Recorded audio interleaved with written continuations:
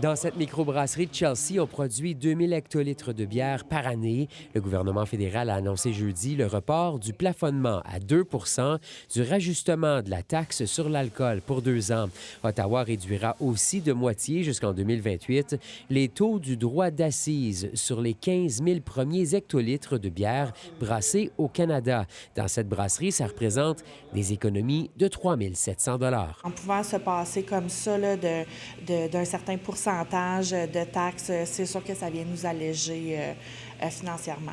La députée Sophie Châtel dit que son gouvernement veut aider les petits producteurs à faire face à l'incertitude économique. Quand il y a une microbrasserie qui ouvre dans une communauté rurale, bien souvent, c'est un écosystème qui se développe autour, dont toute la communauté bénéficie.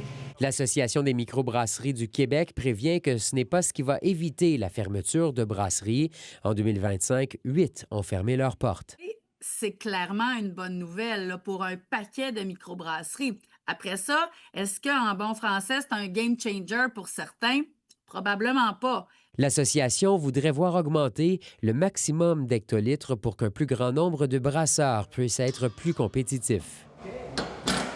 Du côté ontarien, le propriétaire de la microbrasserie Castle, qui a fermé ses portes en 2024, dit que c'est la taxe provinciale qui doit être allégée. Si tu produis de 0 à 200 000 litres, tu payes 4 sous du litre pour l'excès. Bien, en comparatif, quand on regarde la taxe de bière de l'Ontario, on regarde à 37,48 sous du litre pour cette taxe-là, plus 8,93 sous de la canette. Les producteurs de spiritueux, de leur côté, n'ont pas accès aux mêmes allégements que les brasseurs. On aurait espéré avoir une taxation un peu en escalier, c'est-à-dire que sur une première quantité de production, avoir un certain allègement et à fur et à mesure qu'on augmente la capacité ou la production, bien là, à ce moment-là, cet allègement-là est réduit. Selon le gouvernement fédéral, 63 des quelques 900 brasseries canadiennes qui produisent moins de 15 000 hectolitres par an ne sont pas rentables.